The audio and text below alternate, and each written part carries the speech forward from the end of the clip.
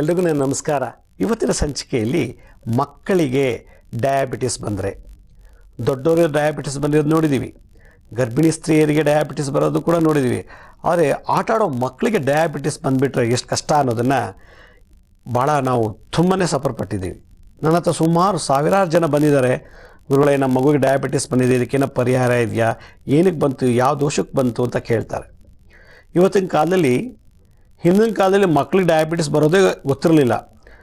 ಈ modern technology, computer ಯುಗದಲ್ಲಿ ಎಲ್ಲ ಥರ ಕಾಯಿಲೆಗೂ ಮಕ್ಕಳು ಬರ್ತಾ ಇದೆ. ಈಗ ನನ್ನ ಹತ್ರ ಒಂದು ಮಗು ಕರ್ಕೊಂಡು ಬಂದಿದ್ದರು. ಆ ಮಗುಗೆ ಕೇವಲ 22 ದಿವಸ, ಆ 22 ದಿನ ಮಗುಗೆ ಡಯಾಬಿಟಿಸ್ ಬಂದಿದೆ. ಹಾಗಾದರೆ 10 ವರ್ಷದ ಮಕ್ಕಳು, 5 ವರ್ಷದ ಮಕ್ಕಳು, 13 ವರ್ಷದ ಮಕ್ಕಳು ಲೆಕ್ಕ ಹಾಕೋಕೆ ನೋಡೋಕೆ ಹೋದಾಗ ಆ ರೇಷಿಯೋ ಜಾಸ್ತಿ ಆಗ್ತಾಯಿದೆ ಅನಿಸುತ್ತೆ. ಡಯಾಬಿಟಿಕ್ ಸೆಂಟರ್ನವರು ಒಂದು ಸರ್ವೆ ಮಾಡಿದ್ದಾರೆ. ಅವ್ರೇನು ಹೇಳ್ತಾರೆ ಅಂದರೆ, ಕಡೆ ಪಕ್ಷ ಮಗುಗೆ ಬರಬೇಕು ಅಂದರೆ ಮಿನಿಮಮ್ 3 ಇಯರ್ಸ್ ಆಗಿರಬೇಕು ಅಂತ. ಆದರೆ ಆ ಸ್ಟೇಟ್ಮೆಂಟ್ ಇವತ್ತು ಸುಳ್ಳಾಗಿದೆ. 22 ದಿನಕ್ಕೆ ಮಕ್ಕಳಿಗೆ ಡಯಾಬಿಟಿಸ್ ಬರ್ತಿದೆ ಅಂದರೆ ತಂದೆಯಲ್ಲಿ ದೋಷ ಇದೆಯಾ, ತಾಯಿಯಲ್ಲಿ ದೋಷ ಇದೆಯಾ? ತಂದೆಗೂ ಡಯಾಬಿಟಿಸ್ ಇಲ್ಲ, ತಾಯಿಗೂ ಡಯಾಬಿಟಿಸ್ ಇಲ್ಲ, ಆದರೆ ಹುಡೋ ಮಗು ಡಯಾಬಿಟಿಸ್ ಇದೆ. ತಂದೆಗೂ ಇಲ್ಲ, ತಾಯಿಗೂ ಇಲ್ಲ, ಅಂದರೆ ಅಜ್ಜ ಅಜ್ಜಿಗಿದೆ ಅಂತ ನೋಡಿದಾಗ ಅಜ್ಜ ಅಜ್ಜಿಗೂ ಡಯಾಬಿಟಿಸ್ ಇಲ್ಲ. ಹೋಗಲಿ, ತಾಯಿ ಕಡೆ ಸಂಬಂಧದಲ್ಲಿ ಯಾರಿಗಾದ್ರು ಡಯಾಬಿಟಿಸ್ ಇದೆಯಾ? ತಾಯಿ ಕಡೆಗೂ ಕೂಡ ಅವ್ರ ಅಪ್ಪ ಅಮ್ಮನಿಗೂ ಡಯಾಬಿಟಿಸ್ ಇಲ್ಲ, ಅಪ್ಪನ ಕಡೆ ಅವ್ರ ಅಪ್ಪ ಅಮ್ಮ ಅಜ್ಜ ಮುತ್ತಾತದಿಗೂ ಡಯಾಬಿಟಿಸ್ ಇಲ್ಲ, ಆದರೆ ಹುಡೋ ಮಗು ಡಯಾಬಿಟಿಸ್ ಇದೆ. ಹಾಗಾದರೆ ಇದು ಏನು ಅರ್ಥ? ಹಾಗಾದರೆ ಇದು ಯಾವ ರೀತಿ ಉತ್ಪತ್ತಿ ಆಗ್ತಾ ಇದೆ ಈ ಕಾಯಿಲೆ ಮಕ್ಕಳುಗಳಲ್ಲಿ ಕಾಯಿಲೆ ಉತ್ಪತ್ತಿ ಆಗೋದಕ್ಕೆ ಬೇಕಾದಷ್ಟು ರೂಟ್ಸ್ ಇದೆ ಅಂತ ಹೇಳ್ತಾರೆ. ಆದರೆ ಅಪ್ಪ ಅಮ್ಮವನ್ನು ಹಿಸ್ಟ್ರಿ ತೊಗೊಂಡಾಗ, ವಂಶದಲ್ಲೂ ಹಿಸ್ಟ್ರಿ ತೊಗೊಂಡಾಗ ಯಾರಿಗೂ ಡಯಾಬಿಟಿಕ್ ಇಲ್ಲ. ನಮ್ಮದು ನಾನ್ ಡಯಾಬಿಟಿಕ್ ಫ್ಯಾಮಿಲಿ ಅಂತ ಹೇಳ್ತಾರೆ. ನಮ್ಮ ವಂಶದಲ್ಲಿ ಯಾರಿಗೂ ಡಯಾಬಿಟಿಸ್ ಇಲ್ಲ, ಆದರೆ ಈ ಮಗು ಡಯಾಬಿಟಿಸ್ ಬಂದಿದೆ ಅಂತ.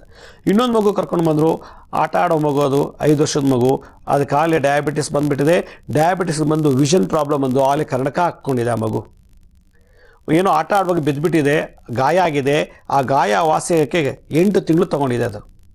ಹಾಗಾದರೆ ತಾಯಿಯಿಂದ ಬಂದಿದೆಯಾ, ತಂದೆಯಿಂದ ಬಂದಿದೆಯಾ ಅಂತ ನೋಡಿದಾಗ, ಕೆಲವು ಟೈಮ್ ನಾವು ಯೋಚನೆ ಮಾಡಿದಾಗ, ಮಗುವಿನ ಕರ್ಮ ಸಿದ್ಧಾಂತ ಬಗ್ಗೆ ಯೋಚನೆ ಮಾಡಿದಾಗ, ಮಗು ತಾನು ಪೂರ್ವಜನ್ಮ ಮಾಡಿದ ಕರ್ಮಕ್ಕೆ ಆ ಕಾಯಿಲೆ ಬಂದಿದೆ. ಎಷ್ಟೋ ಜನ ಡಾಕ್ಟರ್ ನಂಬೋದೇ ಇಲ್ಲ, ಯಾವ ಸೈಂಟಿಸ್ಟು ನಂಬಲ್ಲ, ಏನು ಪೂರ್ವಜನ್ಮ ಕರ್ಮಕ್ಕೆ ಈ ಕಾಯಿಲೆ ಬಂತ ಅಂತ. ಪಾಂಡು ರೋಗ ಅಂದರೆ ತೊನ್ನು ರೋಗ, ಸಕ್ಕರೆ ರೋಗ ಅಂದರೆ ಡಯಾಬಿಟೀಸ್, ಕ್ಷಯ ರೋಗ, ಅಪಸ್ಮಾರ ಅಂದರೆ ಪಿಟ್ಸ್ ಮೂರ್ಛೆ ರೋಗ, ಮತ್ತು ಕರ್ಕಾಟಕ ರೋಗ, ಕ್ಯಾನ್ಸರ್ ರೋಗ. ಇದು ನಾವು ಪೂರ್ವಜನ್ಮದ ಕರ್ಮ ಪ್ಲಸ್ ಇವತ್ತಿನ ದಿವಸ ನಾವು ಮಾಡೋ ಕರ್ಮ ಎರಡೂ ಸೇರಿಸ್ಕೊಂಡು ಬರುವಂಥ ರೋಗಗಳಿವೆಲ್ಲ. ಇದಕ್ಕೆ ಶಾಸ್ತ್ರದಲ್ಲೇ ಪ್ರಾರಬ್ಧ ಕರ್ಮಗಳು ಅಂತ ಹೇಳ್ತಾರೆ. ನಾವು ಸಂಕಲ್ಪ ಮಾಡುವಾಗಲೇ ಹೇಳ್ತೀವಿ, ಕ್ಷಯ ರೋಗ, ಮಧುಮೇಹ ರೋಗ, ನಾನಾ ವಿಧ ಶರ್ಕರಾದಿ ರೋಗ ನಿವಾರಣಾರ್ಥಂ ಅಂತೇಳಿ ಮಂತ್ರ ಹೇಳಿ ಸಂಕಲ್ಪ ಮಾಡಿಸ್ತಾರೆ. ರೋಗ ನಿವಾರಣೆಗೋಸ್ಕರ, ರೋಗ ಬಾಧೆ ನಿವಾರಣೆಗೋಸ್ಕರ. ಅಥವಾ ಒಂದು ದಾನ ಕೊಡಿಸ್ಬೇಕಾದ್ರೆ ಯಾವುದೋ ರೋಗಕ್ಕೆ ಸಂಬಂಧಪಟ್ಟಂಥ ದಾನಗಳನ್ನು ಹೇಳಿದರೆ ದಾನ ಕೊಡುವಾಗ ಸಂಕಲ್ಪ ಮಾಡಿಸ್ತಾರೆ. ಕರ್ಕಾಟಕ ರೋಗ, ಕ್ಷಯ ರೋಗ, ಅಪಸ್ಮಾರ, ಕುಷ್ಠರೋಗ, ಪಾಂಡು ರೋಗ ಅಂತೇಳಿ ಎಲ್ಲ ರೋಗಗಳು ಹೇಳ್ಕೊಂಡು ದಾನ ಕೊಡಿಸ್ತಾರೆ ಮತ್ತು ಸಂಕಲ್ಪ ಮಾಡಿಸ್ತಾರೆ. ಈ ಮಕ್ಕಳಿಗೆ ಯಾತಕ್ಕೆ ಬರುತ್ತು ಅಂದರೆ, ಕೆಲವರು ತಂದೆ ಸಿಕ್ಕಾಪಟ್ಟೆ ಕುಡಿತಿದ್ರೆ, ಧೂಮಪಾನ ಮಾಡ್ತಿದ್ರೆ, ಡ್ರಗ್ಸ್ ಅಡಿಕ್ಟ್ ಆಗಿದ್ದರೆ, ಇಲ್ಲ ಹೆಂಗಸು ಕೂಡ ಕುಡಿಯೋದು ಕಲ್ತಿದ್ರೆ, ಹೆಂಗಸು ಕೂಡ ಧೂಮಪಾನ ಮಾಡ್ತಿದ್ರೆ, ಅವರಿಬ್ಬರಿಗಿಲ್ಲ ಅಂದರೂ ಮಗು ಬಂದುಬಿಡುತ್ತೆ. ಇದು ನನ್ನ ಒಂದು ಅನುಭವದ ಮಾತು. ಒಂದು. ಎರಡನೇದು, ಈ ಪೂರ್ವಜನ್ಮದಲ್ಲೇ ಯಾರಿಗಾದರೂ ಅಂದರೆ ಪಾದರಕ್ಷೆಯನ್ನು ಅಪಹರಣ ಮಾಡಿದರೆ, ಹಾಕಿರೋ ಚಪ್ಪಲಿನ ಕದ್ದಿದ್ರೆ, ಫಲ ಅಪಹರಣ, ಹಣ್ಣನ್ನು ಕದ್ದಿದ್ರೆ, ಈ ರೀತಿ ವೃತ್ತಿಲೇ ಜೀವನ ಕಳೆದು ಸತ್ತೋಗಿದ್ರೆ ನೆಕ್ಸ್ಟ್ ಬರ್ತಲ್ಲಿ ಅಂದರೆ ಈ ಬರ್ತಲ್ಲಿ ಅವನಿಗೆ ಸಕ್ಕರೆ ಕಾಯಿಲೆ ಬರುತ್ತೆ. ಅಪ್ಪ ಅಮ್ಮನಿಗೂ ಇಲ್ಲ, ಅಜ್ಜ ಅಜ್ಜಿಗೂ ಇಲ್ಲ, ಆದರೆ ಆ ಮಗುಗೆ ಬಂತು ಅಂದರೆ ಅವನು ಪಾದರಕ್ಷೆಯನ್ನು ಅಪಹರಣ ಮಾಡಿರಬೇಕು ಹೋದ ಜನ್ಮದಲ್ಲಿ, ಇಲ್ಲ ಫಲ ಅಪಹರಣ ಮಾಡಿರಬೇಕು. ಈ ಥರ ದೋಷಗಳೇನಾಗಿದ್ದರೆ ಯಾವ ವಂಶದಲ್ಲಿ ಯಾರಿಗೂ ಇಲ್ಲ ಅಂದರೂ ಆ ಮಗುಗೆ ಡಯಾಬಿಟಿಸ್ ಬರುತ್ತೆ. ಇನ್ನೊಂದು, ಈಗಿನ ಚಿಕ್ಕ ವಯಸ್ಸು ಮಕ್ಕಳು ಸ್ಕೂಲ್ಗೆ ಹೋದಾಗ ತುಂಬ ಆಟ ಆಡುತ್ತೆ, ಇನ್ನೊಬ್ಬರ ಮೇಲೆ ಬೈಯುತ್ತೆ, ಇನ್ನೊಬ್ಬರ ಮೇಲೆ ದ್ವೇಷ ಹೇಳುತ್ತೆ, ಇನ್ನೊಬ್ಬರ ಬಗ್ಗೆ ಅಸೂಯೆ ಪಡುತ್ತೆ. ಆ ಮಗು ಚಿಕ್ಕ ವಯಸ್ಸಿನಲ್ಲೇ ಅಸೂಯೆ, ದ್ವೇಷ, ಕೋಪ ಅನ್ನೋ ಬಂದುಬಿಟ್ಟಿದೆ. ಹೀಗಾಗಿ ಆ ಮಗುವಿನಲ್ಲಿ ಇನ್ಸುಲಿನ್ ಇನ್ನೂ ಸರಿಯಾಗಿ ಪ್ರೊಡ್ಯೂಸ್ ಆಗ್ತಿರೋದಿಲ್ಲ. ಅದಕ್ಕೆ ನಾವು ದೊಡ್ಡವರು ಮಕ್ಕಳಿಗೆ ಕೋಪ ಮಾಡ್ಕೊಳ್ಳೋದೇ ಥರ ಅವಕಾಶ ಮಾಡಿಕೊಡ್ಬೇಕು, ಇನ್ನೊಬ್ಬರ ಬಗ್ಗೆ ಅಸೂಯೆ ಪಡೆದೇವ್ರ ಥರ ಹೇಳ್ಕೊಡ್ಬೇಕು ಮಕ್ಕಳಿಗೆ. ಯಾವಾಗ ಇದನ್ನು ನಾವು ಫಸ್ಟ್ ಟೀಚ್ ಮಾಡ್ತೀವೋ, ಈ ಸಂಸ್ಕಾರನ ಕೊಡ್ತೀವೋ, ಮಗುಗೆ ಡಯಾಬಿಟಿಸ್ ಬರೋದಿಲ್ಲ. ಒಂದು ಸಲ ಮಗುಗೆ ಡಯಾಬಿಟಿಸ್ ಬಂತು ಅಂದರೆ ಅವನು ಬದುಕಿದ್ರು ಕೂಡ ಸತ್ತದ ಹಾಗೆ ಆ ಮಗು. ಯಾಕೆಂದರೆ ಲೈಫ್ ಲಾಂಗ್ ಸಾಯೋವರೆಗೂ ಸಕ್ಕರೆ ತಿನ್ನೋ ಹಾಗೇ ಇಲ್ಲ ಆ ಮಗು. ದೊಡ್ಡವ್ರು ಬಿಡಿ ಹೇಗೋ ಕಂಟ್ರೋಲ್ ಮಾಡ್ಕೋಬೋದು, ಆ ತಿಂದು ತೇಗಿ ಆಟ ಆಡುವಂಥ ಮಗು ಪಾಪ ಚಾಕ್ಲೇಟ್ ತಿನ್ನೋ ವಯಸ್ಸು, ಸ್ವೀಟ್ ತಿನ್ನೋವಂಥ ವಯಸ್ಸು, ತಾನು ತಿನ್ನೋಕ್ಕಾಗ್ತಿಲ್ಲ ಅಂದರೆ ಅದರ ನೋವು ಬಹಳ ವಿಶೇಷವಾದಂಥ ನೋವು. ಯಾರಿಗೂ ಬೇಡ ಆ ಕಷ್ಟ, ಶತ್ರು ಮಕ್ಕಳಿಗೂ ಬೇಡ ಆ ಒಂದು ರೋಗ.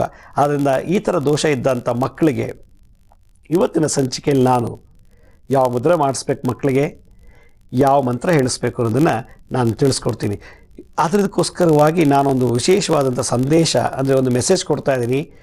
ಚಿಕ್ಕ ಮಕ್ಕಳು ನಿಮ್ಮ ಮನೇಲಿದ್ದರೆ ನಿಮ್ಮ ಮಕ್ಕಳು ಮುಂದೆ ಕೋಪ ಮಾಡ್ಕೊಳ್ಳೋದಾಗಲಿ, ನಿಮ್ಮ ಮಕ್ಕಳು ಮುಂದೆ ನೀವು ಅಸೂಯೆ ಮಾಡೋದನ್ನು ತೋರಿಸ್ಕೊಡ್ಬೇಡಿ. ಯಾರೂ ಮಕ್ಕಳು ಮುಂದೆನೇ ನೀವು ಇನ್ನೊಬ್ಬರ ಬಗ್ಗೆ ಅಸೂಯೆ ರೀತಿಯಲ್ಲಿ ಮಾತಾಡೋದು, ಹೊಟ್ಟೆ ಕಿಚ್ಚನ್ನು ತೋರಿಸ್ಕೊಡೋದು ಮಾಡಿದ್ರೆ ನಿಮ್ಮ ಅರಿವಿಲ್ದಾಗೆ ಆ ಮಗು ಬೇಗ ಕಲ್ತು ಬಿಡುತ್ತೆ. ಯಾವಾಗ ಅದು ರಕ್ತಗತ ಆಯಿತೋ, ಸಿದ್ಧಿ ಆಯಿತೋ, ಸಾಧನೆ ಆಗೋಯ್ತೋ, 1 ದಿನ 2 ದಿನ 3 ದಿನ ಅದೇನೇ ಪ್ರಾಕ್ಟೀಸ್ ಮಾಡಿಬಿಟ್ರೆ ಸಿದ್ಧಿ ಆಗಿಬಿಡುತ್ತೆ. ಇನ್ನೊಬ್ಬರ ಬಗ್ಗೆ ಹೊಟ್ಟೆ ಕಿಚ್ಚಪಡೋದು, ಇನ್ನೊಬ್ಬರ ಬಗ್ಗೆ ದ್ವೇಷ, ಕೋಪ ತೋರಿಸೋದು ಬಂದ ತಕ್ಷಣವೇ ಪ್ಯಾಂಕ್ರಿಯಾಸ್ ಬೀಟಾ ಸೆಲ್ಸು ಸವಿತಾ ಹೊಟ್ಟೋಗುತ್ತೆ. ಯಾವಾಗ ಪ್ಯಾಂಕ್ರಿಯಾಸ್ನಲ್ಲಿ ಅಂದರೆ ಆ ಬಾಡಿ, ಆ ಪ್ಯಾಂಕ್ರಿಯಾಸ್ಗೆ ಹೆಡ್ಡು, ಬಾಡಿ, ಟೈಲ್ ಅಂತಿದೆ. ನಾನು ಮೊದಲನೇ ಸಂಚಿಕೆಯಲ್ಲಿ ತೋರಿಸಿದ್ದೀನಿ. ಆ ಹೆಡ್ಡು, ಬಾಡಿ, ಟೈಲ್, ಆ ಬಾಡಿಯಲ್ಲಿರತಕ್ಕಂಥ ಬೀಟಾ ಸೆಲ್ಸು ದಿನಾ ಸವಿತಾ ಹೋಗಿ ಪ್ಯಾಂಕ್ರಿಯಾಸ್ ಡ್ಯಾಮೇಜ್ ಆಗ್ತಾ ಶುರುವಾಗ್ಬಿಡುತ್ತೆ. ಒಂದು ಸಲ ಪ್ಯಾಂಕ್ರಿಯಾಸ್ ಡ್ಯಾಮೇಜ್ ಆಯಿತು ಅಂದರೆ ಮತ್ತೆ ಅದು ರಿಪೇರಿ ಮಾಡೋಕ್ಕೆ ಸಾಧ್ಯ ಇಲ್ಲ. ಎಷ್ಟೋ ಜನಕ್ಕೆ ಸಿಕ್ಕಾಪಟ್ಟೆ ಚಿಂತನೆ ಮಾಡಿ, ಸಿಕ್ಕಾಪಟ್ಟೆ ಉಪವಾಸ ಮಾಡಿ ಆ ಪ್ಯಾಂಕ್ರಿಯಾಸ್ನ ಶಕ್ತಿನ ಕುಂದಿಸ್ಬಿಟ್ಟಿದ್ದಾರೆ. ಅವಾಗೇನಾಗುತ್ತೆ, ಪ್ಯಾಂಕ್ರಿಯಾಟಿಕ್ ಕ್ಯಾನ್ಸರ್ ಬಂದುಬಿಡುತ್ತೆ. ನಾನು ಈಗಾಗಲೇ ಹೇಳ್ತಾ ಇದ್ದೆ, ಚಿಕ್ಕ ಮಕ್ಕಳಿಗೆ ಡಯಾಬಿಟಿಸನ್ನು ಬಂದುಬಿಟ್ರೆ ಪಾಪ ಆಟ ಆಡೋ ಮಕ್ಕಳು ಅದು ಹೆಂಗೆ ಕಂಟ್ರೋಲ್ ಮಾಡ್ಕೊಳ್ಳೋಕೆ ಸಾಧ್ಯ? ಸ್ವೀಟ್ ತಿನ್ನಬೇಕು ಅಂತ ಆಸೆ, ಎಲ್ಲ ಥರ ನಾನು ಆಟ ಆಡಬೇಕು, ಎಲ್ಲ ಥರನೂ ಸ್ವೀಟ್ ತಿನ್ನಬೇಕು ಅಂತ ಆಸೆ ಇರುತ್ತೆ. ಆದರೆ ಈ ಕಾಯಿಲೆ ಬಂದುಬಿಟ್ರೆ ಇವೆಲ್ಲ ನಾವು ಬಂಧನ ಮಾಡಿಸ್ಬೇಕು, ಮಕ್ಕಳಿಗೆ ಸ್ತಂಭನ ಮಾಡಿಸ್ಬೇಕು. ನಿಮ್ಮ ಮಕ್ಕಳಿಗೆ ಡಯಾಬಿಟಿಸ್ ಬಂದಿದೆ ಅಂತ ಹೆಂಗೆ ಗೊತ್ತಾಗುತ್ತೆ ಅನ್ನೋದು ಪ್ರಶ್ನೆ. ಈ ರೋಗ ಪತ್ತೆ ಹಚ್ಚೋದು ಹೇಗೆ? ಈ ರೋಗ ಸುಮಾರಾಗಿ ನಾನು ಕಂಡಂಥ ಒಂದು ಸರ್ವೆ ಪ್ರಕಾರ ಸುಮಾರು 5ರಿಂದ 11 ವರ್ಷದ ಮಕ್ಕಳಿಗೂ ಬರ್ತಾಯಿದೆ. ಈಗ 15ರಿಂದ 18 ವರ್ಷ ಮಕ್ಕಳಿಗೂ ಬರ್ತಿದೆ. ಈ ರೋಗ ಬಂದಿದೆ ಅಂತ ಹೇಗೆ ಪತ್ತೆ ಹಚ್ಚೋದು? ನಿಮ್ಮ ಮಕ್ಕಳಿಗೆ ಡಯಾಬಿಟಿಸ್ ಇದೆ ಅಂತ ಗೊತ್ತಾಗೋದು ಹೇಗೆ ಅಂದರೆ, ಮಕ್ಕಳು ಇದಕ್ಕಿದ್ದಾಗೆ ಎ ಸಿ ರೂಮಲ್ಲಿ ಕೂತಿದ್ರು ಬೆವರ್ತಾರೆ, ಅಥವಾ ತಣ್ಣಗಿರೋ ಗಾಳಿಲಿ ಇದ್ದರೂ ಕೂಡ ಬೆವರ್ತಾ ಇದ್ದಾರೆ ಅಂದರೆ ಅವ್ರಿಗೆ ಡಯಾಬಿಟಿಸ್ ಶುರುವಾಗ್ತಿದೆ ಅಂತ ಅರ್ಥ. 15 ನಿಮಿಷಕ್ಕೂ 10 ನಿಮಿಷಕ್ಕೂ 1 ಗಂಟೆಗೂ ಅರ್ಧ ಗಂಟೆಗೂ ಯೂರಿನ್ ಪಾಸ್ ಆಗ್ತಿರ್ತಾರೆ. ಆಟ ಆಡ್ತಿರ್ತಾರೆ, ಸಡನ್ನಾಗಿ ಹೋಗಿಬಿಟ್ಟು ಯೂರಿನ್ ಪಾಸ್ ಮಾಡಿ ಬರ್ತಾರೆ, ಮೂತ್ರ ವಿಸರ್ಜನೆ ಮಾಡ್ತಿರ್ತಾರೆ. ಅಂದರೆ ಯೂರಿನೇಷನ್ ಅಂತ ಅರ್ಥ. ಸ್ವೆಟ್ಟಿಂಗ್, ಯೂರಿನೇಷನ್ ಇದು 2ನೇ ಸಿಂಪ್ಟಮ್ಸು. 3ನೇ ಸಿಂಪ್ಟಮ್ಸು ಯಾವಾಗಲೂ ಬಾಯಿ ಒಣಗ್ತಾ ಇರುತ್ತೆ. ಆಗಾಗ ಹೋಗಿ 1-2 ಚಮಚ 3 ಚಮಚ ನೀರು ಕುಡಿಯೋದು, ಇಲ್ಲ 1 ಅರ್ಧ ಗ್ಲಾಸ್ ನೀರು ಕುಡಿಯೋದು ಬರ್ತಿರ್ತಾರೆ. ಯಾವಾಗಲೂ ನೀರು ಕುಡಿಬೇಕು ಅಂತ ಅನ್ನಿಸ್ತಾ ಇದೆ ಅಂದರೆ ಡಯಾಬಿಟಿಕ್ ಪೇಷಂಟ್ ಇದೆ ಅಂತ ಅರ್ಥ. ಅಂದರೆ ಡಯಾಬಿಟಿಕ್ ಶುರುವಾಗ್ತಿದೆ ಅಂತ. ದಾಹ ಜಾಸ್ತಿ ಆಗ್ತಿದೆ, ಸಿಕ್ಕಿದ್ದೆಲ್ಲ ಆಗಾಗ ತಿಂತಾ ಇರಬೇಕು ಅಂತ, ವಿಪರೀತವಾದ ಹಸಿವು 4ನೇ ಸಿಂಪ್ಟಮ್ಸು. ಆ ಮಗು ಯಾವಾಗಲೂ ತಿನ್ನಬೇಕು ಅಂತ ಆತರ ಪಡ್ತಿದ್ರೆ ಡಯಾಬಿಟಿಕ್ ಪೇಷಂಟ್ ಅಂತ ಅರ್ಥ ಮಾಡ್ಕೋಬೇಕು. ರಾತ್ರಿ ಹೊತ್ತು ಮಲಗಿದಾಗ ಹಾಸಿಗೆ ಮೇಲೆ ಉಚ್ಚೆ ಮಾಡ್ಕೊಂಡ್ಬಿಡ್ತಾರೆ. ಹಾಸಿಗೆ ಮೇಲೆ ಯಾವಾಗ ಉಚ್ಚೆ ಮಾಡ್ತಿರ್ತಾರೋ ನಿರಂತರವಾಗಿ ಒಂದು ರಾತ್ರಿಯಲ್ಲಿ 2 ಸಲ ಉಚ್ಚೆ ಮಾಡ್ಕೊಳ್ಬೋದು, 3 ಸಲ ಉಚ್ಚೆ ಮಾಡ್ಕೋಬೋದು, ಅಂದರೆ ಮೂರ್ತ ವಿಸರ್ಜನೆ ಆಗ್ಬೋದು. ಈ ಥರ ಸಿಂಪ್ಟಮ್ಸ್ ಇದ್ದರೆ ಆ ಮಗುಗೆ ಡಯಾಬಿಟಿಕ್ ಬರ್ತಿದೆ ಅಂತ ಅರ್ಥ. ಇದ್ದಕ್ಕಿದ್ದಾಗೆ ರಾತ್ರಿ ಹೊತ್ತು ಬಾಯಿಗೆ ಬೆರಳು ಹಾಕೊಳ್ಳೋದು, ಅಥವಾ ಹಗಲೊತ್ತು ಬಾಯಿಗೆ ಬೆರಳು ಹಾಕಿ ಕಡಿತಾ ಇರ್ತದೆ ಉಗುರನ್ನು. ಈ ಥರ ಸಿಂಪ್ಟಮ್ಸ್ ಇದ್ದರೆ ಡಯಾಬಿಟಿಸ್ ಇದೆ. ಅಂದರೆ ಹೊಟ್ಟೆ ಹಸಿವು ತಡೆಯೋಕ್ಕಾಗೋದಿಲ್ವಲ್ಲ, ಬಾಯಿ ಬೆರಳು ಹಾಕೊಳ್ಳೋದು, ಇಲ್ಲ ಪೆನ್ ಬಾಯಿ ಹಾಕೊಂಡು ಹಿಂಗೆ ಅಂತ ಇರೋದು, ಪೆನ್ಸಿಲ್ ಹಾಕೊಂಡು ಹಿಂಗೆ ಅಂತ ಇರೋದು, ಇಲ್ಲ ಏನೂ ಸಿಕ್ಕಿಲ್ಲ, ಪೆನ್ನು ಇಲ್ಲ ಪೆನ್ಸಿಲ್ ಅಂದಾಗ ಬಾಯಿಗೆ ಬೆರಳು ಹಾಕ್ಕೊಂಡು ಉಗುರನ್ನ ಅಗೀತಾ ಇರೋದು. ಯಾಕೆಂದರೆ ಹಸಿವಲ್ಲ, ಏನೂ ಸಿಕ್ಕಿಲ್ಲ ತಿನ್ನೋಕ್ಕೆ. ಪಾಪ ಮೂಡ್ ಏನು ಮಾಡುತ್ತೆ, ಮನಸ್ಸು ಏನು ಮಾಡುತ್ತೆ, ತೊಗೊಂಡೋಗಿ ಏನಾದ್ರು ಒಂದು ಬಾಯಿಗೆ ಸುಮ್ಮನೆ ಏನೋ ಒಂದು ಬಾಯಿಗೆ ಒಂದು ಇಟ್ಟಿರಬೇಕು, ಒಂದು ಬಾಯಿ ವರ್ಕ್ ಮಾಡ್ತಿರ್ಬೇಕು. ನಮ್ಮ ಮೌತು ವರ್ಕ್ ಮಾಡ್ತಿರ್ಬೇಕು ಅಂದರೆ ಪೆನ್ಸಿಲ್ಲೋ ಪೆನ್ನೋ ಬೆರಳೋ ಆಗ್ತಿರುತ್ತೆ. ಇದು ಮಗುವಿನ ಒಂದು ಸೈಕಾಲಜಿ. 3ನೇದು, ಮಗು ಒಂದು ಸಲ ಏನೋ ಬಿದ್ದುಬಿಡ್ತೋ, ಅಥವಾ ಏನೋ ಒಂದು ಏಟಾಯಿತೋ, ಅಥವಾ ಏನೋ ಎಲ್ಲೋ ಒಂದು ಕಡೆ ಗಾಯ ಮಾಡ್ಕೊಂಡು ಬಂತು ಅಂದರೆ ಆ ಗಾಯ ಮಗು ಬಿದ್ದೋಯ್ತಲ್ವ, ಸರಿ ಬಿಡಿ ನಾರ್ಮಲಾಗಿ ವಾಸಿ ಆಗುತ್ತೆ ಅಂತ ನೆಗ್ಲೆಕ್ಟ್ ಮಾಡಿಬಿಟ್ರೆ ಅದೇನಾಗುತ್ತೆ, ಸಣ್ಣ ಗಾಯ ಇದು ದೊಡ್ಡದಾಗಿ ವಿಪರೀತ ಹಬ್ಕೊಂಡ್ಬಿಡುತ್ತೆ. ಯಾವಾಗ ಗಾಯ ಆದ ತಕ್ಷಣ ಅದು ಫ್ರೆಶ್ ಆಗಿರೋ ಗಾಯ ಒಂದು 2-3 ದಿನಕ್ಕೆ ವಾಸಿ ಆಗಲಿಲ್ಲ, ವಾರಗಟ್ಟಲೆ ತಿಂಗ್ಳುಗಟ್ಟಲೆ ತೊಗೊಳ್ತು ವಾಸಿ ಆಗೋಕ್ಕೆ ಅಂದರೆ ಸ್ಲೋ ಹೀಲಿಂಗ್ ಅಂತ ಅದಕ್ಕೆ ಹೇಳ್ತಾರೆ. ಈ ಥರ ಇತ್ತು ಅಂದರೆ ನಿಮ್ಮ ಮಗುಗೆ ಡಯಾಬಿಟಿಸ್ ಇದೆ ಅಂಥೇಳಿ ತಕ್ಷಣ ನೀವೇನು ಮಾಡಬೇಕು, ಡಾಕ್ಟರ್ ಹತ್ರ ಕರ್ಕೊಂಡು ಹೋಗಬೇಕು. ಅವ್ರೇನಿದೆ ಪ್ಯಾಥಾಲಜಿ ಡಿಪಾರ್ಟ್ಮೆಂಟ್ಗೆ ರಕ್ತ ಮತ್ತು ಮೂತ್ರನ ಪರೀಕ್ಷೆ ಮಾಡೋಕ್ಕೆ ಹೇಳ್ತಾರೆ. ಖಾಲಿ ಹೊಟ್ಟೆಯಲ್ಲಿ ಒಂದು ಸಲ ಪರೀಕ್ಷೆ ಮಾಡಿಸ್ತಾರೆ, ರಕ್ತ ತೊಗೊಂಡು 2.5 ಗಂಟೆ ಆದಮೇಲೆ ಮತ್ತೆ ತಿಂಡಿ ತಿನ್ನಿಸ್ಬಿಟ್ಟು ಕರ್ಕೊಂಡು ಬಂದು ಮತ್ತೆ ಒಂದು ರಕ್ತ ತೊಗೊಂಡು ಟೆಸ್ಟ್ ಮಾಡ್ತಾರೆ. ಆಗ ರಕ್ತದಲ್ಲಿ ಗ್ಲುಕೋಸ್ ಜಾಸ್ತಿ ಇತ್ತು ಅಂದರೆ ಹೇಳ್ತಾರೆ ಈ ಮಗುಗೆ ಇದ್ದಿದೆ ಅಂತ. ಹಾಗಾದರೆ ಗ್ಲುಕೋಸು ಅಂದರೆ ಸಕ್ಕರೆ ಅಂಶ ಮಗುನಲ್ಲಿ ಅಧಿಕವಾಗಿ ಮ್ಯಾನುಫ್ಯಾಕ್ಚರ್ ಆಗ್ತಿದೆ, ಸೆಲ್ಗಳಿಗೆ ಹೋಗಿ ಅಂದರೆ ಟಿಶ್ಯೂಸ್ಗಳಿಗೆ ಹೋಗಿ ಆ ಸಕ್ಕರೆ ಅಂಶ ತಲುಪ್ತಾ ಇಲ್ಲ. ಕಾರಣ ಇನ್ಸುಲಿನೇ ಇಲ್ಲ. ಮಕ್ಕಳಲ್ಲೂ ಕೂಡ ಡಯಾಬಿಟಿಕ್ ಟೈಪ್ 1, ಡಯಾಬಿಟಿಕ್ ಟೈಪ್ 2 ಕೂಡ ಇದೆ. ಡಯಾಬಿಟಿಕ್ ಟೈಪ್ 1 ಅಂದ್ರೇನು, ಪ್ಯಾಂಕ್ರಿಯಾಸು ಇನ್ಸುಲಿನೇ ಪ್ರೊಡ್ಯೂಸೇ ಮಾಡೋದಿಲ್ಲ. ಬೈ ಬರ್ತೋ ಅಥವಾ ಆಮೇಲೋ ಹುಟ್ಟಿದ ಸ್ವಲ್ಪ ದಿವಸದ ಮುಂಚೆನೋ ಪ್ಯಾಂಕ್ರಿಯಾಸ್ನಲ್ಲಿ ಬೀಟಾ ಸೆಲ್ಸು ಇನ್ಸುಲಿನೇ ಪ್ರೊಡ್ಯೂಸ್ ಮಾಡ್ತಿಲ್ಲ. ಇನ್ಸುಲಿನ್ ಅನ್ನೋ ಹಾರ್ಮೋನ್ಸೇ ಪ್ರೊಡ್ಯೂಸ್ ಮಾಡ್ತಿಲ್ಲ. ಯಾವರಲ್ಲಿ ಇನ್ಸುಲಿನ್ ಹಾರ್ಮೋನ್ಸೇ ಪ್ರೊಡ್ಯೂಸ್ ಮಾಡ್ತಿಲ್ಲ ಅಂತ ಗೊತ್ತಾಗುತ್ತೋ ಅವರು ಡಯಾಬಿಟಿಕ್ ಟೈಪ್ 1 ಅಂತ ನಾವು ಹೇಳ್ತೀವಿ. ಎರಡನೇ ವಿಧಾನದಲ್ಲಿ ಅಂದರೆ ಡಯಾಬಿಟಿಕ್ ಟೈಪ್ 2 ಮಕ್ಕಳಲ್ಲಿ ಇರೋದಂದರೆ ಇನ್ಸುಲಿನ್ ಪ್ರೊಡ್ಯೂಸ್ ಆಗ್ತಿದೆ, ಆದರೆ ಸಾಕಷ್ಟು ಪ್ರೊಡ್ಯೂಸ್ ಆಗ್ತಿಲ್ಲ. ಆ ಹಾರ್ಮೋನ್ಸು ರಕ್ತದಲ್ಲಿರೋದು ಗ್ಲುಕೋಸನ್ನು ತಗೊಂಡು ಹೋಗುವಷ್ಟು ಇನ್ಸುಲಿನ್ಗಳು ಅದು ರಕ್ತದಲ್ಲಿ ಈ ಪ್ಯಾಂಕ್ರಿಯಾಸ್ ಪ್ರೊಡ್ಯೂಸ್ ಮಾಡ್ತಿಲ್ಲ. ಅದಕ್ಕೆ ಡಯಾಬಿಟಿಕ್ ಟೈಪ್ 2 ಅಂತಾರೆ. ಈ ರೀತಿ ಇದ್ದಾಗ ಮಕ್ಕಳನ್ನ ಭಾಳ ಜಾಗೃತಿಯಿಂದ ನೋಡ್ಕೊಳ್ಬೇಕು. ಹಾಗಿದ್ಮೇಲೆ ಆ ಥರ ದೋಷ ಇರುವಂಥ ಮಕ್ಕಳಿಗೆ ನಾನೀಗ ಯಾವ್ಯಾವ ಸಿಂಪ್ಟಮ್ಸ್ ಹೇಳಿದ್ನೋ, ಬೆವರೋದು, ಹಸಿವು, ಬಾಯಾರಿಕೆ, ದಣಿವು, ವಿಪರೀತವಾದ ಕೋಪ, ಸಿಕ್ಕಿದ್ದೆಲ್ಲ ಬಿಸಾಕ್ಬಿಡ್ತು ಮಕ್ಕಳು, ಹಠಮಾರಿತನ ಜಾಸ್ತಿ ಆಗುತ್ತೆ. ಕಾರಣ ಇನ್ಸುಲಿನ್ ಬಾಡಿಯಲ್ಲಿ ಪ್ರೊಡ್ಯೂಸ್ ಆಗ್ತಿರಲ್ಲ, ಅದಕ್ಕೆ ಸಿಕ್ಕಾಪಟ್ಟೆ ಕೋಪ ಕಮ್ಮಿ ಮಾಡಿಕೊಂಡ್ರೆ ಇನ್ಸುಲಿನ್ ಚೆನ್ನಾಗಿ ಪ್ರೊಡ್ಯೂಸ್ ಆಗುತ್ತೆ. ಅದರಿಂದ ಈ ಇನ್ಸುಲಿನ್ ಮಕ್ಕಳಲ್ಲಿ ಆ ಶನಿಗ್ರಹ, ಪ್ಯಾಂಕ್ರಿಯಾಸ್ ಶನಿಗ್ರಹ ಈ ಥರ ದೋಷ ಇದ್ದ ತಕ್ಷಣ ನೀವೇನು ಮಾಡಬೇಕು, ಬೆಳಗ್ಗೆ ಎದ್ದು ಶಮಿ ವೃಕ್ಷಕ್ಕೆ ಪ್ರದಕ್ಷಿಣೆ ಮಾಡಿಸ್ಬಿಡ್ಬೇಕು ಮಕ್ಕಳನ್ನ. ಶಮಿ ವೃಕ್ಷ ಅದೇನು, ಬನ್ನಿ ಮರದಲ್ಲಿ ಶನಿ ವಾಸ ಮಾಡ್ತಾರೆ.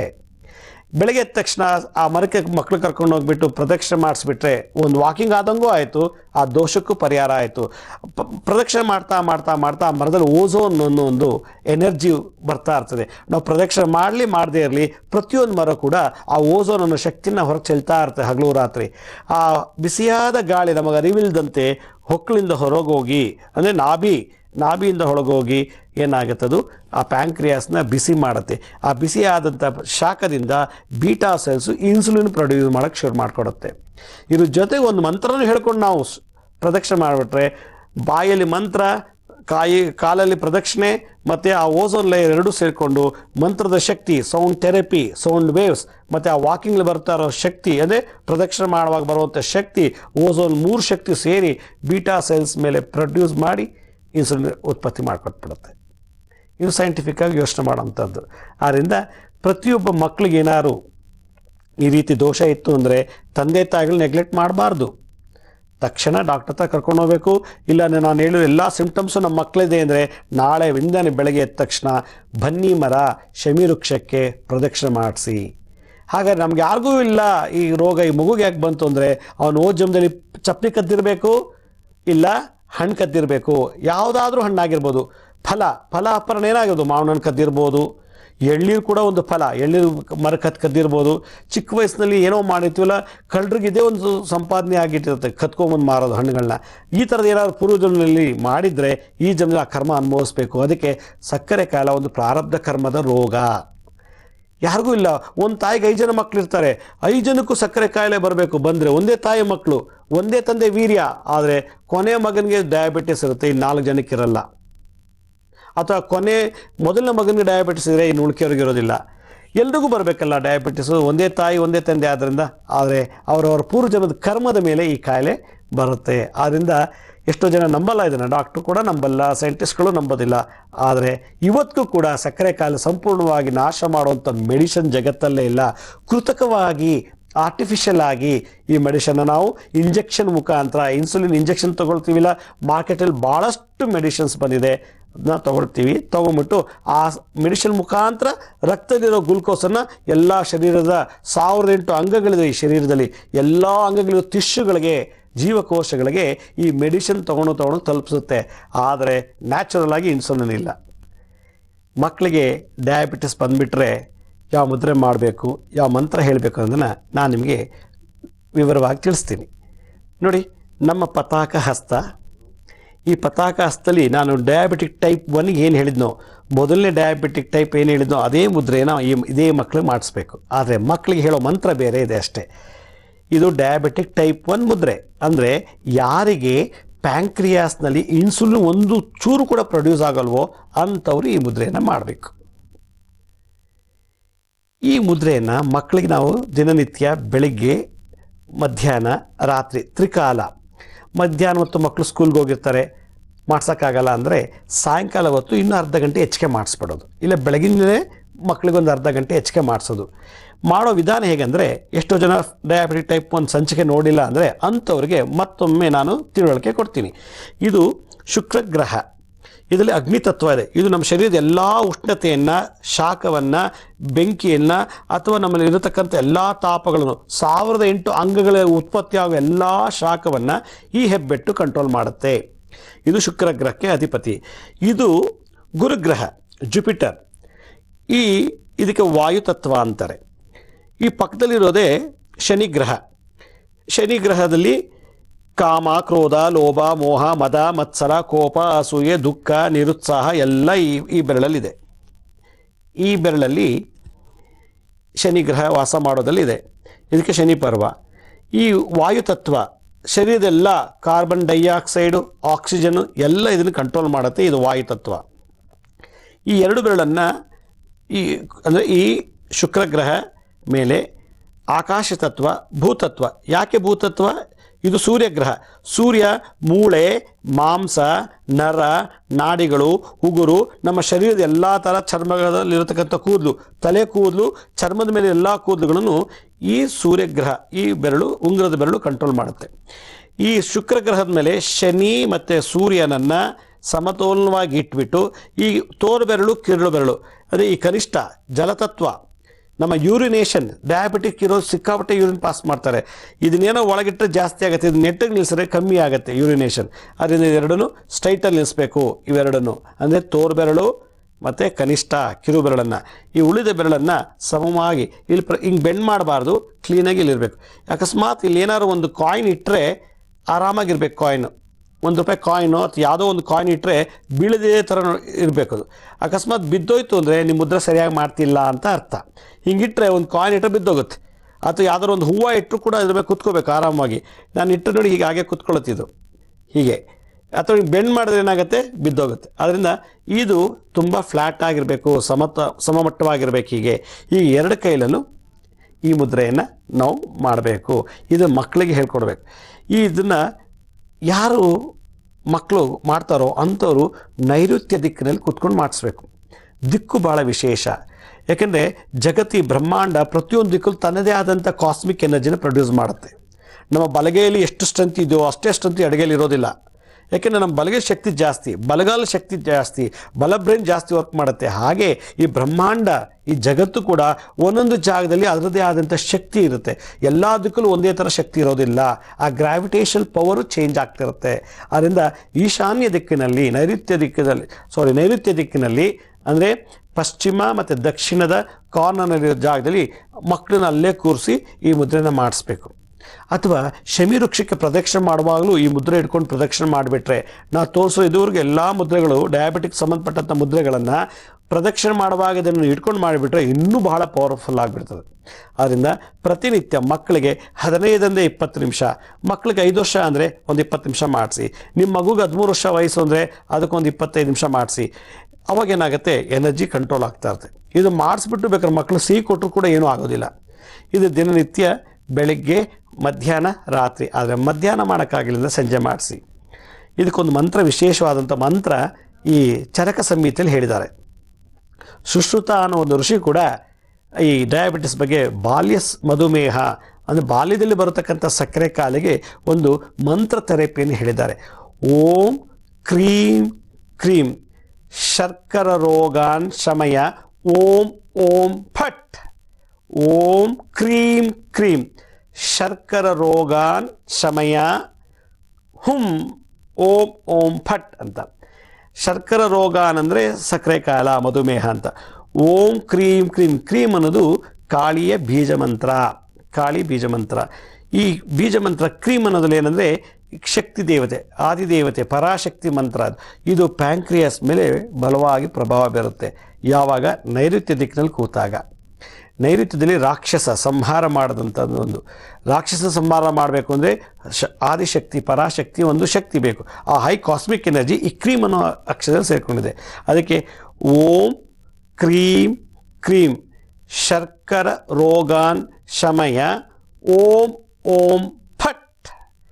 ಓಂ ಕ್ರೀಂ ಕ್ರೀಂ ಶರ್ಕರ ರೋಗಾನ್ ಶಮಯ ಓಂ ಓಂ ಫಟ್. 2 ಸಲ ಓಂಕಾರ ಹೇಳಬೇಕು. ಈ ರೀತಿ 2 ಸಲ ಓಂಕಾರ ಮಾಡಿ ಮಂತ್ರ ಹೇಳಿದ್ರೆ ಆ ಒಂದು ಮಕ್ಕಳಲ್ಲಿ ಪ್ಯಾಂಕ್ರಿಯಾಸ್ನಲ್ಲಿ ಇನ್ಸುಲಿನ್ ಪ್ರೊಡ್ಯೂಸ್ ಆಗುತ್ತೆ. ಯಾವಾಗ ಇನ್ಸುಲಿನ್ ಪ್ರೊಡ್ಯೂಸ್ ಆಯಿತು, ರಕ್ತದಲ್ಲಿರೋ ಗ್ಲುಕೋಸು ಶರೀರದ ಎಲ್ಲ ಸರ್ವ ಅಂಗಾಂಗಗಳಿಗೆ, ಟಿಶ್ಯೂಗಳಿಗೆ, ಸೆಲ್ಸ್ಗೆ ಈ ಇನ್ಸುಲಿನ್ ತೊಗೊಂಡೋಗಿ ದಬ್ಬುತ್ತೆ, ತೊಗೊಂಡೋಗಿ ಸೇರಿಸ್ಬಿಡುತ್ತೆ. ಆಗ ಮಕ್ಕಳಿಗೆ ಡಯಾಬಿಟಿಸೇ ಬರೋದಿಲ್ಲ. ಮಕ್ಕಳಿಗೆ ಡಯಾಬಿಟಿಸ್ ಬಂದುಬಿಟ್ರೆ ಈ ಮುದ್ರೆ ಮಾಡಿದ್ರೆ ಬೇಗ ಕ್ಯೂರ್ ಮಾಡ್ಬೋದು. ಆದರೆ ದೊಡ್ಡವ್ರು ಡಯಾಬಿಟಿಸ್ ಬಂದರೆ ಕ್ಯೂರ್ ಮಾಡೋದು ಭಾಳ ಕಷ್ಟ. ಯಾಕೆಂದರೆ ಅಡಲ್ಟ್ಸ್ ಅಲ್ವಾ, ವಯಸ್ಸಾಗಿದೆ. ಹೀಗಾಗಿ ಚಿಕ್ಕ ವಯಸ್ಸಲ್ಲೇ ಡಯಾಬಿಟಿಸ್ ಇದ್ದರೆ ಮಕ್ಕಳಿಗೆ ಭಾಳ ವಿಶೇಷವಾಗಿ ಈ ಮುದ್ರೆಯಿಂದ ಕ್ಯೂರ್ ಮಾಡ್ಬೋದು. ಇದು ನಾನು ಹೇಳೋದು ಯಾವುದೂ ನಂಬಾರ್ದು ನೀವು. ನಾನು ಏನು ತೋರಿಸಿದನೋ ಅದನ್ನು ನಿಮ್ಮ ಮಕ್ಕಳಲ್ಲಿ ಅಥವಾ ನಿಮ್ಮಲ್ಲಿ ಇಂಪ್ಲಿಮೆಂಟ್ ಮಾಡಿ ಅದ್ರ ಬಂದಂಥ ಫಲ, ಆ ರಿಸಲ್ಟು ನಿಮಗೆ ಏನಾದ್ರು ತೃಪ್ತಿ ಆದರೆ ಮಾಡಿ, ಇಲ್ಲಾಂದರೆ ಇದನ್ನು ಮರ್ತೇ ಬಿಡಿ. ನೀವೇನಾದ್ರು ಈ ಮುದ್ರೆ ಮಾಡಿ ನೀವು ಸಕ್ಸಸ್ ಆಗಿತ್ತು ಅಂದರೆ ನನಗೂ ಕೂಡ ಒಂದು ಪತ್ರ ಬರೆದು ಹಾಕಿ, ನನಗೆ ಡಯಾಬಿಟಿಸ್ ಇತ್ತು, ಈಗ ನಾರ್ಮಲ್ ಆಗಿದ್ದೀನಿ, ನಾನು ಏನು ಸಕ್ಕರೆ ತಿಂದರು ಸ್ವೀಟ್ ತಿಂದರು ಏನು ಕೂಡ ಆಗ್ತಿಲ್ಲ, ನಾನು ಚೆನ್ನಾಗೇ ಇದ್ದೀನಿ, ಬೇಗ ಗಾಯವಾಸಿ ಆಗುತ್ತೆ, ಯೂರಿನೇಷನ್ ಕಮ್ಮಿ ಆಗ್ತಿದೆ, ಹಸಿವು ಕಮ್ಮಿ ಆಗಿದೆ, ದಾಹ ಇಲ್ಲ, ಬೆವರೋದಿಲ್ಲ, ಎಷ್ಟೇ ವಾಕ್ ಮಾಡೋದು ಎಷ್ಟೇ ನಡೆದು ಕೂಡ ಸುಸ್ತಾಗೋದಿಲ್ಲ, ಟೈರ್ಡ್ನೆಸ್ ಇಲ್ಲ ಅನ್ನೋದು ಏನಾದ್ರು ನಿಮ್ಗೆ ಬಂತು ಅಂದರೆ ನಿಜವಾಗ್ಲೂ ಆ ಒಂದು ರಿಸಲ್ಟನ್ನು ನಿಮ್ಮ ಅಕ್ಕಪಕ್ಕದವ್ರಿಗೆ ಶೇರ್ ಮಾಡಿ, ಹಂಚಿ. ನಾವು ಕೂಡ ಒಳ್ಳೇದು ಮಾಡ್ಕೊಂಡು ಇನ್ನೊಬ್ರಿಗೂ ಒಳ್ಳೇದು ಮಾಡೋದೇ ಈ ಮನುಷ್ಯನ ಧರ್ಮ. ಆವಾಗಲೇ ಈ ಜನ್ಮ ಸಾರ್ಥಕ ಆಗೋದು, ಸ್ವಾರ್ಥಿಗಳಾಗೋದು ಬೇಡ. ಅದರಿಂದ ಈ ಮುದ್ರೆ ಪ್ರತಿಯೊಬ್ಬರು ಧಾರಣೆ ಮಾಡಿ, ಸುಮ್ಮನೆ ಎಲ್ರಿಗೂ ನಾವು ಔಷಧಿ ಕೊಟ್ಟು ತೊಗೊಂಡ್ಬಂದು ತಿನ್ನಿಸಿ ಆ ಔಷಧಿ ತೊಗೊಂಡಾಗ ಅದರಿಂದ ಆಗುವಂಥ ಅಡ್ವರ್ಸ್ ಎಫೆಕ್ಟು. ಎಷ್ಟೋ ಜನ ಈ ಡಯಾಬಿಟಿಸ್ಗೆ ಮಾತ್ರೆ ತೊಗೊಂಡು ಕಣ್ಣೆಲ್ಲ ಬ್ಲರ್ ಆಗಿ ಚಿಕ್ಕ ವಯಸ್ಸಿಗೆ ಕನ್ನಡಕ ಹಾಕೋತಾ ಇದ್ದಾರೆ. ವಯಸ್ಸಾದ್ಮೇಲೆ ಕನ್ನಡಕ ಹಾಕೋದು ಅದು ಪ್ರಕೃತಿ ನಿಯಮ. ಆದರೆ ಚಿಕ್ಕ ವಯಸ್ಸಿಗೆ ಕನ್ನಡಕ ಹಾಕೋದು ಅಂದರೆ ಯಾವುದೋ ಒಂದು ಶರೀರದಲ್ಲಿ ನ್ಯೂನ್ಯತೆ ಇಲ್ಲ ಔಷಧಿಯಿಂದ ಪ್ರಭಾವ, ಆ ಮೆಡಿಸಿನಿಂದ ಆಗೋ ಇಂಪ್ಯಾಕ್ಟ್ ಅದು. ಅದರಿಂದ ಆ ಅಡ್ವರ್ಸ್ ಎಫೆಕ್ಟ್ನ ನಾವು ತಡಿಬೇಕು ಅಂದರೆ ನಮ್ಮ ಭಗವಂತ ಕೊಟ್ಟರೆ ಈ ಕೈನಲ್ಲಿರೋ ಮುದ್ರೆಗಳಿಂದಲೇ ಮಾಡಿದ್ರೆ ನಾವು ಆರೋಗ್ಯವಂತರಾಗ್ತೀವಿ. ಇದೇ ರೀತಿ ಮುಂದಿನ ಸಂಚಿಕೆಯಲ್ಲಿ ಡಯಾಬಿಟಿಸ್ಗೆ ಯಾವ ರೀತಿ ಔಷಧಿ ನೀವು ಮನೆಯಲ್ಲೇ ಮಾಡ್ಕೋಬೋದು ಅನ್ನೋದನ್ನು ನಾನು ಕುಲಂಕುಷವಾಗಿ ತೋರಿಸ್ಕೊಡ್ತೀನಿ. ಅಲ್ಲಿವರೆಗೂ ನನ್ನ ನಮಸ್ಕಾರ. ಸಾಯಿರಾಮ್.